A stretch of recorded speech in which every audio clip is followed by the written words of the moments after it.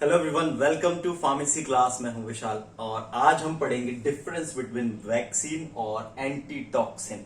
Vaccine और antitoxin के 5 points में हम डिफरेंस पढ़ेंगे और हम बात करते हैं जब वैक्सीन और एंटीटॉक्सिन की, तो ये इम्यूनोलॉजिकल प्रोडक्ट हैं। इम्यूनोलॉजिकल प्रोडक्ट है मतलब कि इम्यूनिटी को बूस्ट करने के लिए यूज करते हैं हम।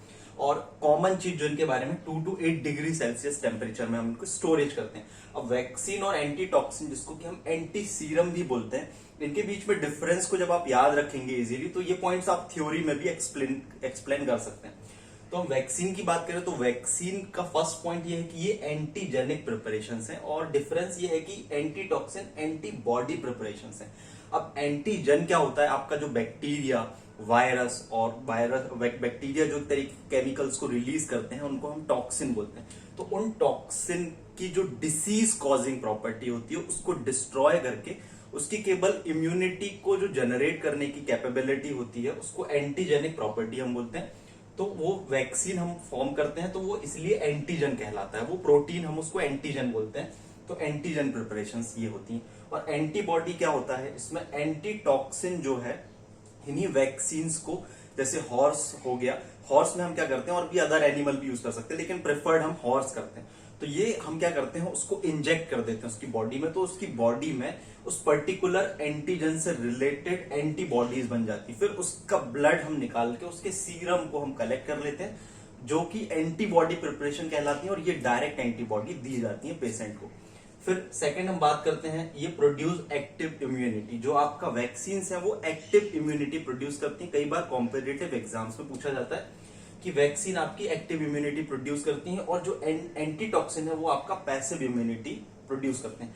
एक्टिव इम्यूनिटी प्रोड्यूस करने का मतलब ये होता है कि जब कोई एंटीजन, मतलब कि कोई प्रोटीन हमारी बॉडी में गया तो वो प्रोटीन के इंटरएक्शन के कारण हमारी बॉडी खुद ही एंटीबॉडी बना रही है, दैट इज एक्टिव इम्यूनिटी।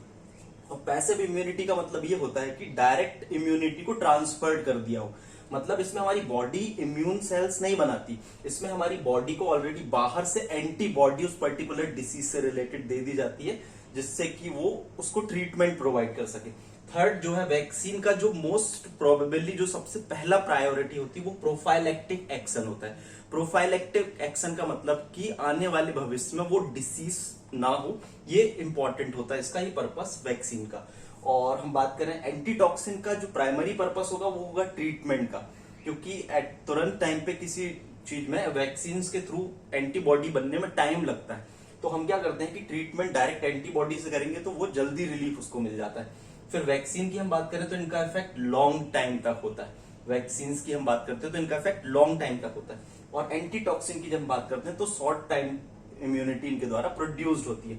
फिर कुछ ऑफिशियल एग्जांपल्स हम दे सकते हैं। ऑफिशियल प्रिपरेशंस जैसे कि वैक्सीन में डीपीटी, डिप्थीरिया, पर्ट्यूसिस, टेटनस की वैक्सीन हो गई, और ये ट्राइवेलेंट भी होती हैं। आपका MMR, दैट इज आपका measles, mumps, rubella vaccine, measle, mumps, rubella, और आपका वेरिसेला वैक्सीन और कोलेरा वैक्सीन, और भी अदर हेपेटाइटिस, इन्फ्लुएंजा वैक्सीन। और इसकी ऑफिशियल प्रिपरेशन है आपका डिप्थीरिया एंटीटॉक्सिन, टेटनस एंटीटॉक्सिन। तो ये this was the basic idea about vaccine and antitoxin. आपको समझ में जरूर आया होगा। तो वैक्सीन को ध्यान में रखना, ये एंटीजेनिक प्रिपरेशन है, और एंटीबॉडीज, आपका जो एंटीटॉक्सिन है वो एंटीबॉडी प्रिपरेशन होती है, लेकिन इनको हम एक पर्टिकुलर पर्सन या एनिमल बॉडी से आइसोलेट करते हैं और इनकी पूरी प्रोसेसिंग करते हैं, जिसका की वीडियो ऑलरेडी मैंने बनाया हुआ है और लिंक में प्रोवाइड कर दूंगा मैं आपको। So thank you and all the best for your exam.